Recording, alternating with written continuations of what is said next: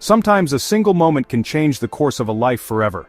It can arrive quietly, like a whisper in the wind, or strike suddenly, leaving everything transformed in its wake. For some, it's a gradual realization, but for others, it's a flash of clarity that cannot be ignored. For Julia Hill, that moment came high in the branches of an ancient redwood. Suspended above the forest floor, she felt a connection to something much larger than herself, a sense of belonging and purpose that she had never known before.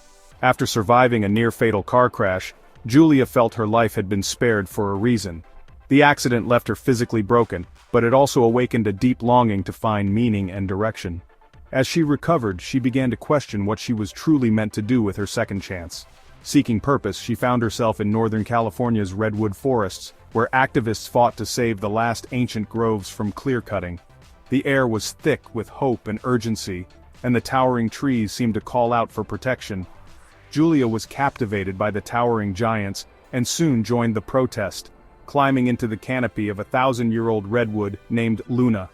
The sheer scale and age of these trees inspired awe, and she felt a responsibility to stand up for them. What began as a short visit became a life-altering commitment. She decided she would not come down until Luna was safe. Days turned into weeks, and weeks into months, as Julia adapted to life high above the ground, braving storms and solitude. On December 10, 1997, at age 23, Julia ascended into Luna's branches, beginning a vigil that would test her endurance and spirit. She left behind the comforts of ordinary life, choosing instead to live among the leaves and birds. She became more than a protester. She became Luna's guardian. Every day she listened to the creaks and whispers of the ancient tree, forging a bond that would shape her destiny.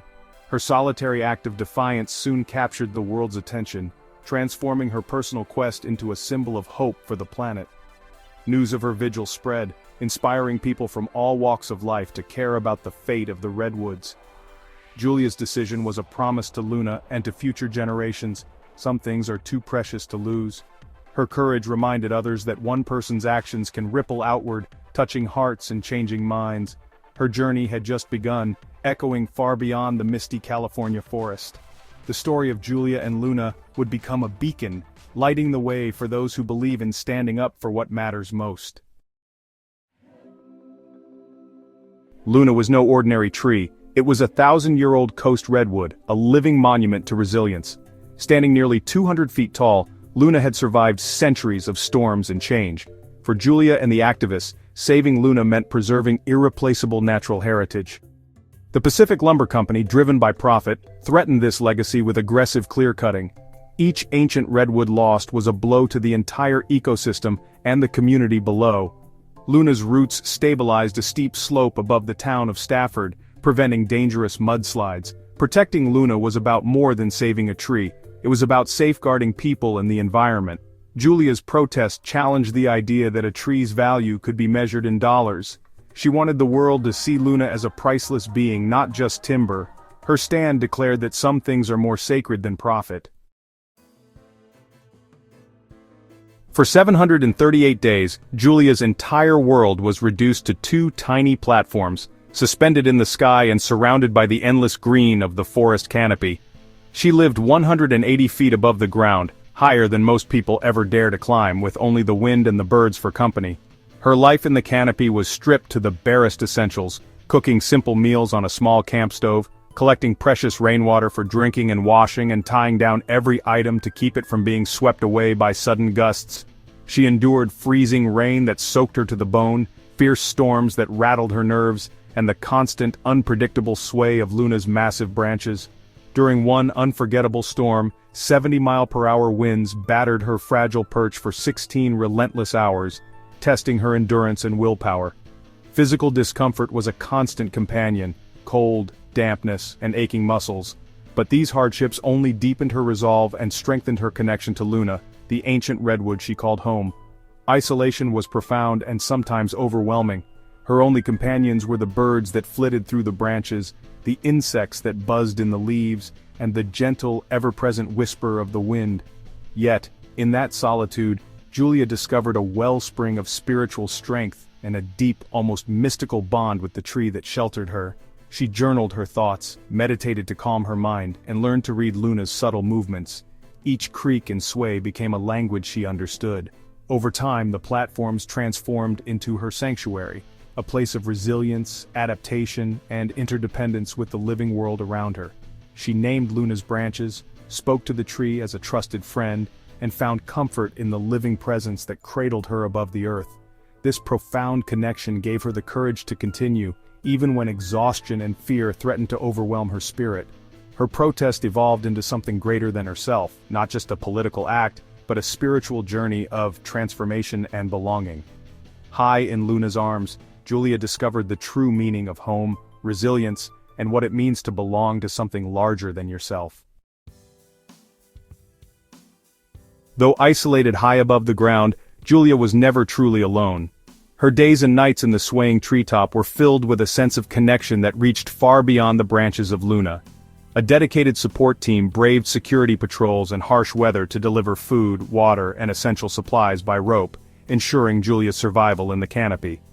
Each delivery was a lifeline, a reminder that people on the ground believed in her cause and were willing to take risks for the ancient Redwood. Letters, drawings, and heartfelt messages from around the world floated up to her treetop home. These tokens of support lifted her spirits, reminding Julia that her solitary vigil was inspiring a movement that spanned continents and generations. Using solar-powered phones and makeshift antennas, Julia gave interviews to journalists, activists, and curious listeners. Her tiny platform became a global media hub, broadcasting Luna's story to living rooms, classrooms, and newsrooms everywhere. Reporters, environmentalists, and even celebrities climbed the rope ladder to meet her, eager to witness her courage firsthand. Their visits amplified Luna's story, drawing even more attention to the urgent fight to save the Redwoods. From her perch, Julia's voice echoed through the forest and across the world. She became the voice of the Redwoods, rallying support, raising awareness, and urging people everywhere to stand up against the destruction of ancient forests.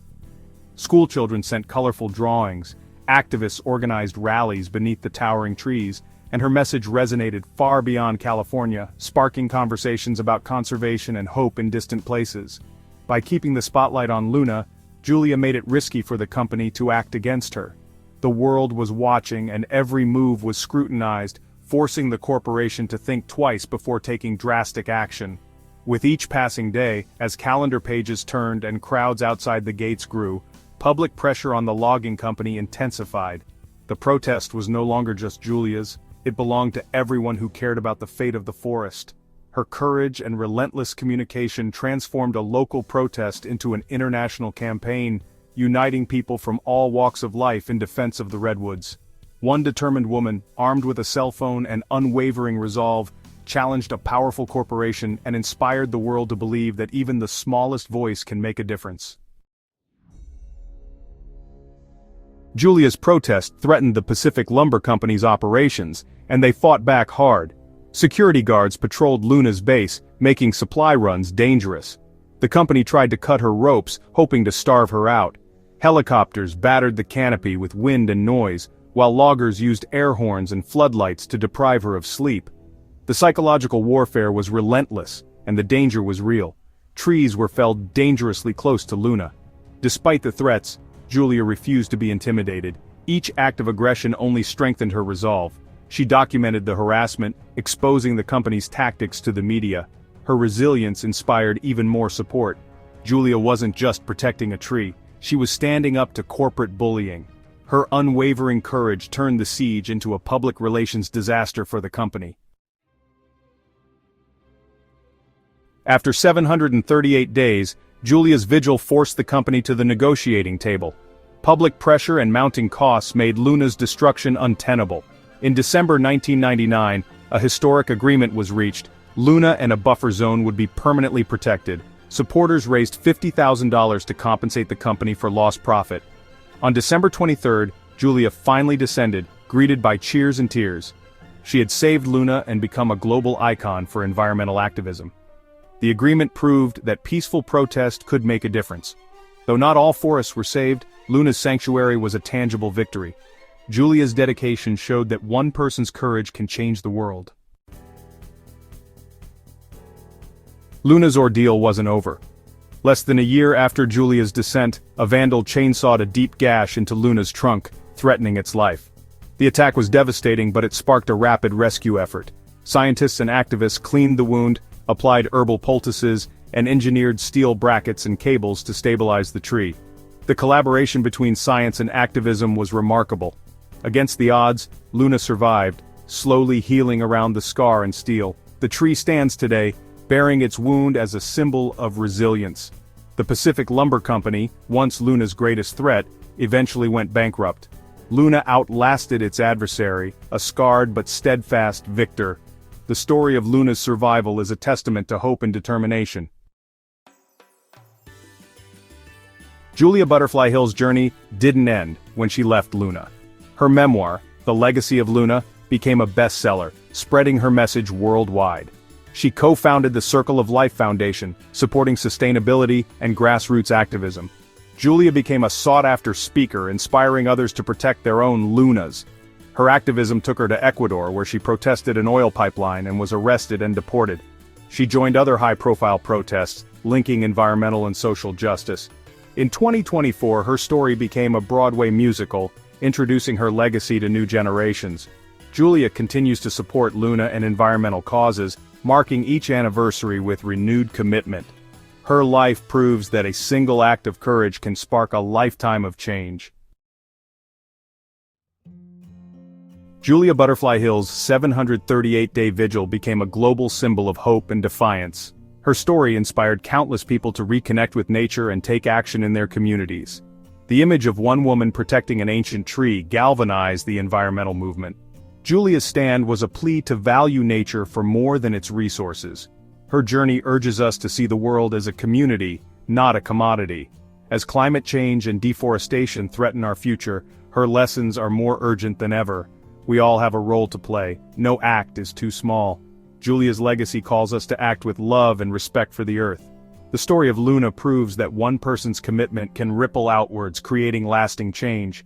The forest is still calling. Will we answer?